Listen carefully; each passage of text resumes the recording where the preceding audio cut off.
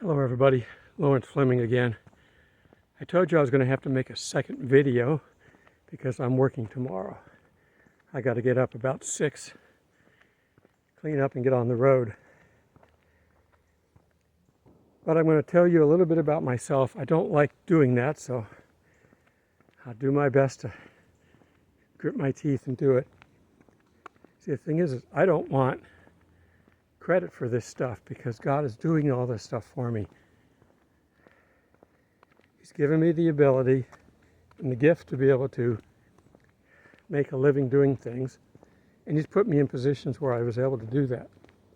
So let's go all the way back. I grew up in Southern California. I went to school in West Hollywood, and because my dad was a Major League Baseball player, he played for Boston, Chicago, 39 to 46. You can look him up. He was a celebrity in his own right, and he had a lot of, he was an outdoorsman. And so a lot of these rich guys down in Southern California would either hire him to their company or just hire him as a guide, and they'd take off and go someplace.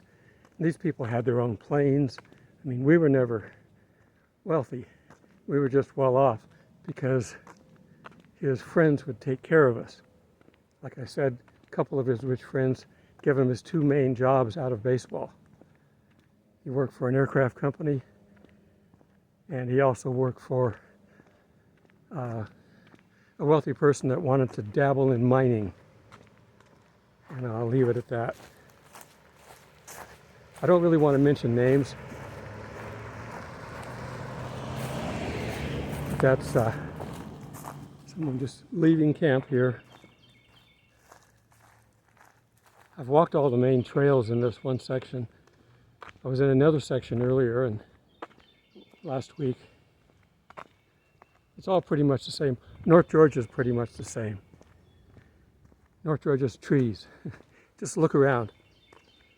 I used to fly, and when I would fly over the area that we lived in, which was Cobb County, I'd have a hard time finding the roads.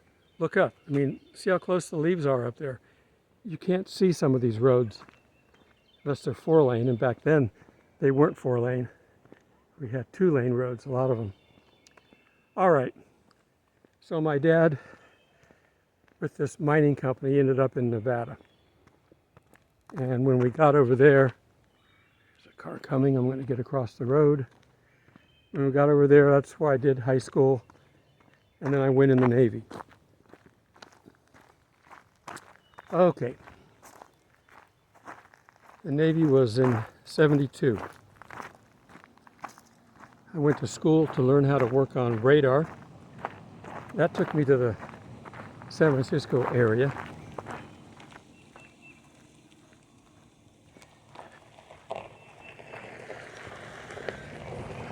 You got these monster speed bumps in here, and people try to go around them. I'm going to stay over this way. I got some teenagers playing in the area over here, and I've heard some of their language. Modern teenagers don't know how to curb their tongue in public. I'm going to walk back this way. Okay, so I'm a Vietnam veteran. I was in the war zone, but I was in the Navy, so I never had to actually touch the land. But if you're inside the war area, which goes out into the ocean, and there's fighting going on, and your ship's shooting at people on the shore and they're shooting back, they consider that you're in the war zone. I never really felt terribly threatened, but we did have problems that God got us out of. We were going to stay there a lot longer, and they were shooting 6-inch shells at the coast of Cambodia and a little bit of Vietnam, and one of the shells exploded in the front barrel. Just like in a cartoon, it peeled it back like a banana. But a 6-inch shell, those are pretty good size. Nobody was hurt because the gun was closed to fire it, but it took that gun out. Well, we hear from the captain, and the captain says, Well, we still have one more gun, but the problem is we don't trust the ammunition. So we went back to the Philippines where we were based out of to do our runs. I was on a destroyer. It was the DDG-7 guided missile destroyer. We escorted the Enterprise, the aircraft carrier. Nukila Wessel from Star Trek, if you saw that. In any case, we ended up coming right back to Long Beach where the ship went in the yards. Okay, now, how did I become a Christian? Intertwined in all of that. Well, I grew up knowing about God, but I didn't know anything about being a Christian, surprisingly. My mom knew that I had an interest, and she would send me to different churches, all kinds of different ones. She didn't go herself, but she'd find out from her friends who they recommended seeing, and I've been to Christian churches and to Catholic churches, and my aunt was married to a Jew, so we went to a couple of synagogues. I actually liked those the best because I liked history. I'm going to keep walking way over here, staying away from those teenagers. They could use the Word of God. I'll see if they're still in the camp tomorrow. All right. When I was at school in the San Francisco area, it was actually on Treasure Island. It was named that way for the World's Fair in, I think, 1936. And the military eventually took it over and made it a school, so I learned how to work on radar, as I said. I kind of liked the area, but I would go into San Francisco, and this is when it was nice. This was before the libs messed it all up.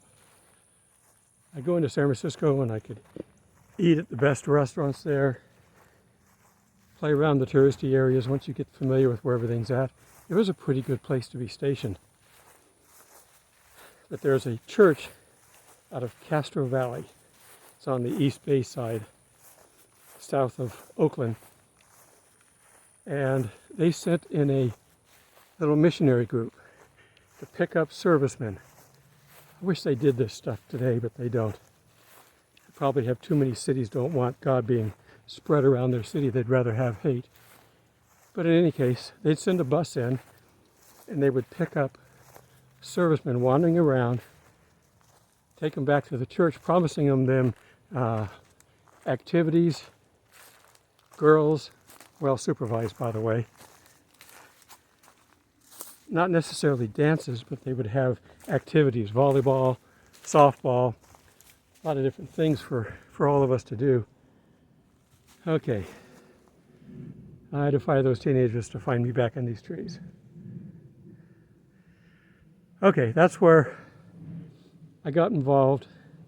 And of course, they subtly sneak in church on you. And if you want to stay over and play softball in the afternoon on Sunday, you got to go to church in the morning. These clever people. And it worked. I wanted to play softball in the afternoon, so I stayed. And you learn something. This was a spirit-filled church. Some churches, you just go there to occupy a pew,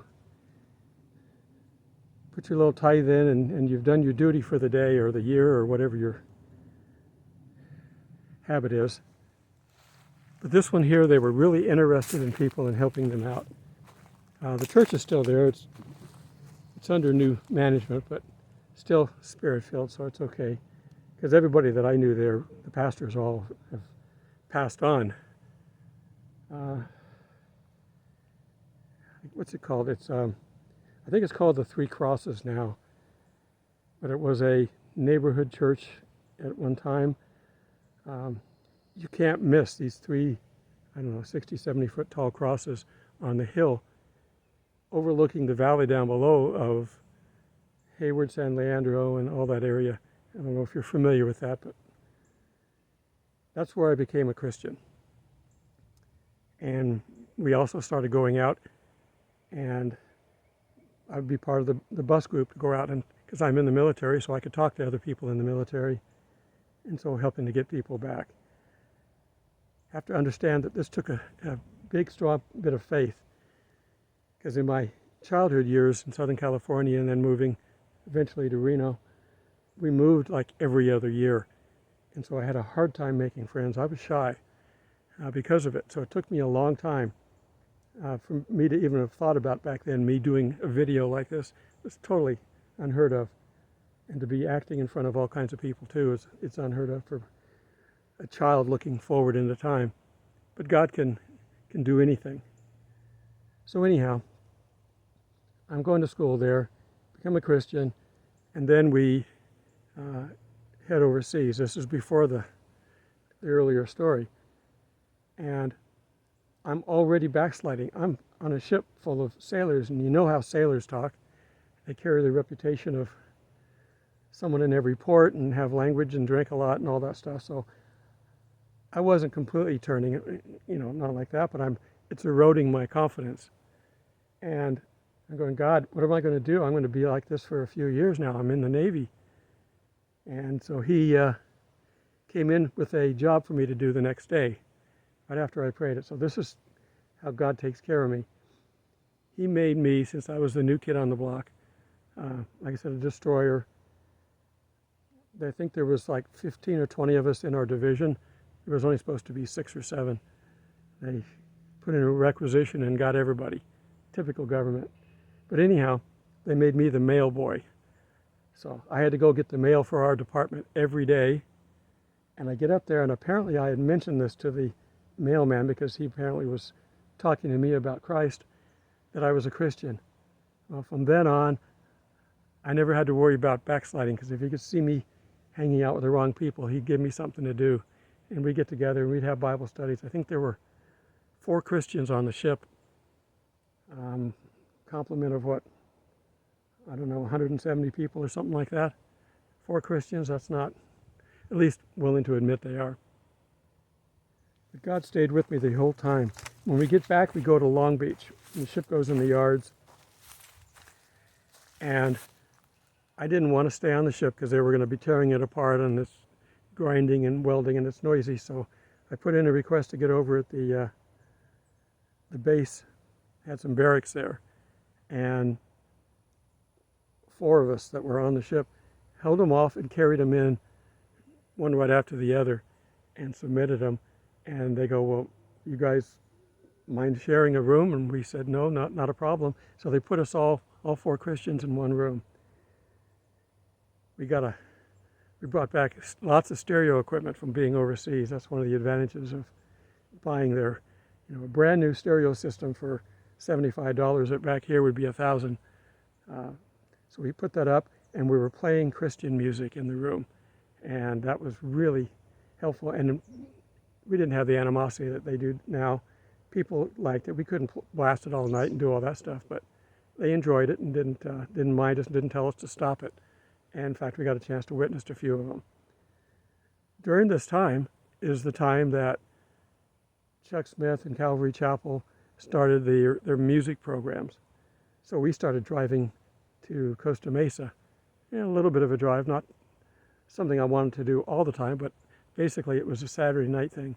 You go to a concert at a church, and you've got Christian people playing various Christian music. Some of it's folk, a little bit's country rock. So it's stuff that would be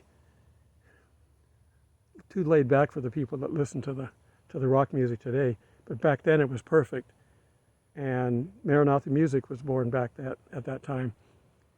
So this is God directing my path. I couldn't ask for a better path. Well, finally I get out of the Navy, and I decide I'm going to go back to the San Francisco area because I liked that church that was up there. And it's just too many people in LA, even back then. And I go, okay, God, I need to get a job. What am I going to do? And he brings somebody up to me and tells me about Silicon Valley. It's just getting started. It's a fledgling computer industry over there. So, knowing electronics, God took me over there, got me a couple of interviews, and they go, we're going to give you a test. No problem, I can work on electronics inside and out. In both places, I failed the test. I knew nothing about computers. It's totally different lingo. Computer components are made up of transistors and resistors, but when you put them together in a certain format, that's a certain type of chip. And you have to know all that. And I didn't. So God said, okay, I'm going to get you another job. So for a year, I worked fixing office equipment. Again, God directed me. This particular company was a little bit of a shyster company. They would refurbish a piece of equipment, office equipment, with WD-40 and 409 and resell it and make good money off of it. And then I'd have to be part of the contract to go out and fix it when it broke, which seemed to be all the time. And I was able to, with God's help, fix pretty much anything they threw at me. I'd never seen it before.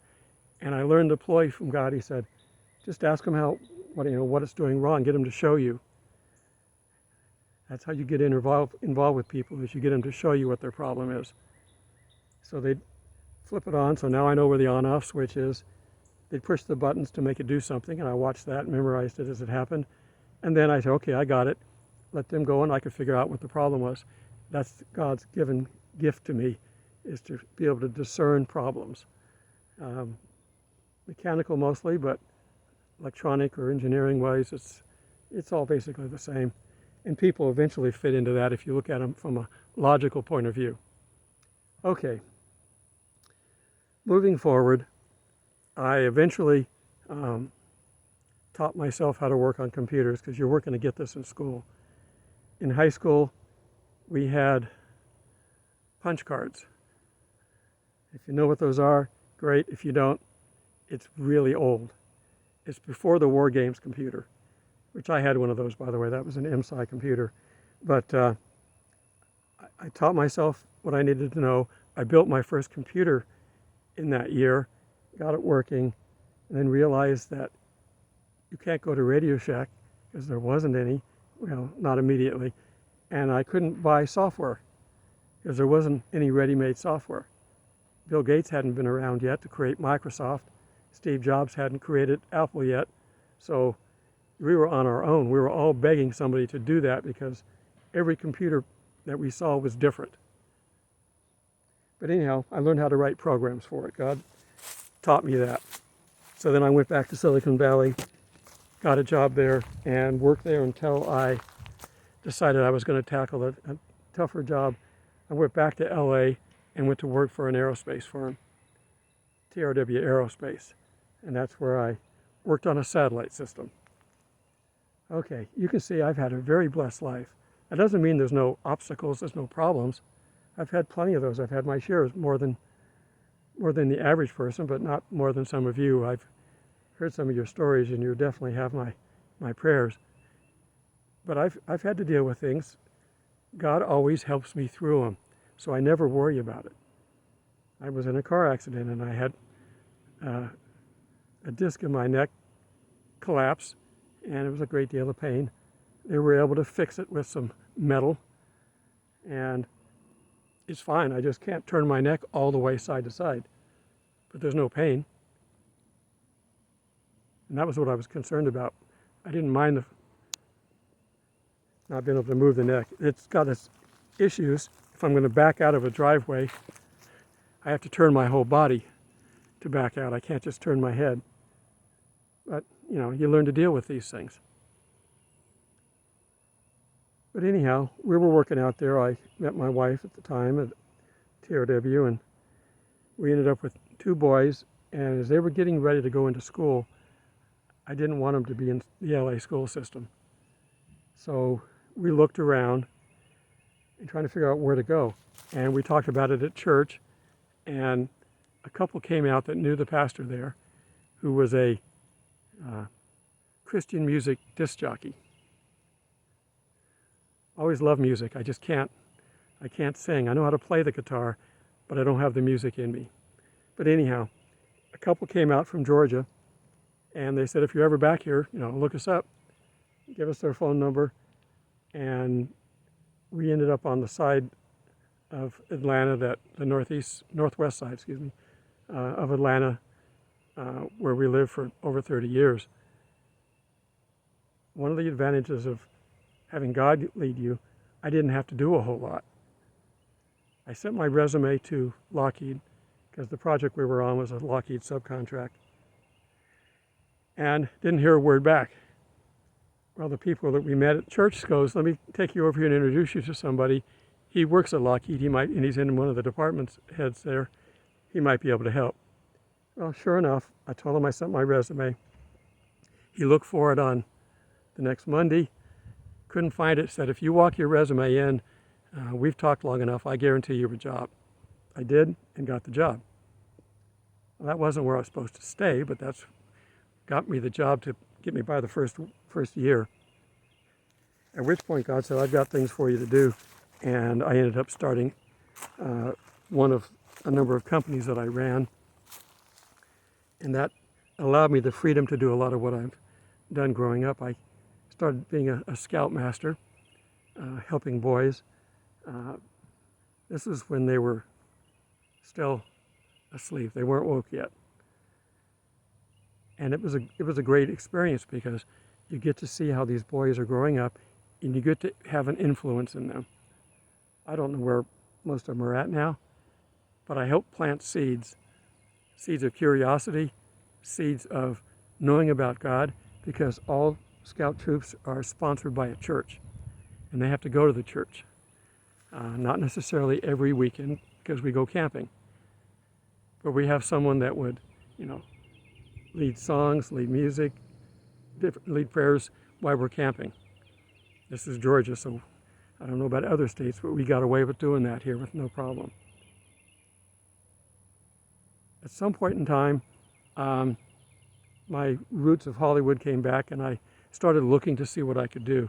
I was looking to come up with something to retire to because I didn't want to keep doing my computer technology all the time. And that's where he got me involved in working with independent films. I've produced over 100, and I've got about 70 or 80 miscellaneous credits on IMDb. You can find me over there under Larry Fleming, not Lawrence. But anyhow, that helped to pull me out so I could learn to talk. Because I still didn't want to talk. I didn't want to get up. I would lead Bible studies all the time because I'm in a small group and we're all friends. But to get up and talk in front of a bunch of people, pastors do it, but they learn how to do it. They don't know how to do it when they first start. And of course, they're fishers of men, so they've got to have lures and bait and everything to get people to come in and be involved. I'm going to back into the shade here because that sun is finally dipped below the trees. When you're in the trees, the sun starts off where you can't see it. It's bright when it comes out and then it goes back in the trees again. And right now it's pretty high. We must be about 4 or 5 o'clock looking at it. Okay. God was prepping me so I could do this. I could get up in front of people right now. I really prefer doing what I'm doing now.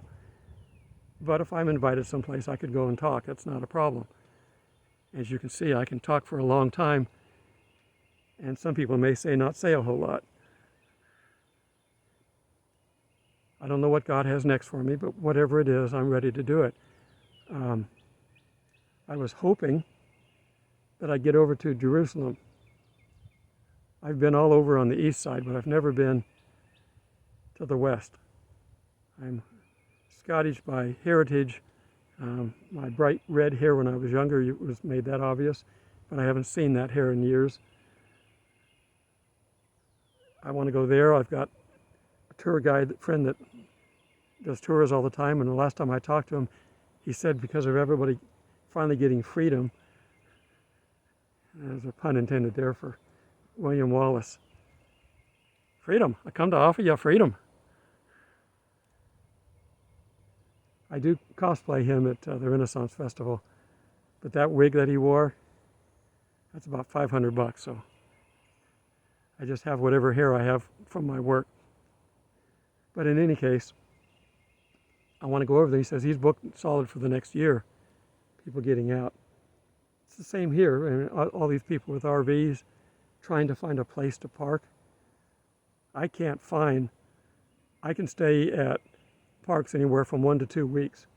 I haven't found any place since I started doing this where I can stay at a park for the max time. They just don't have it.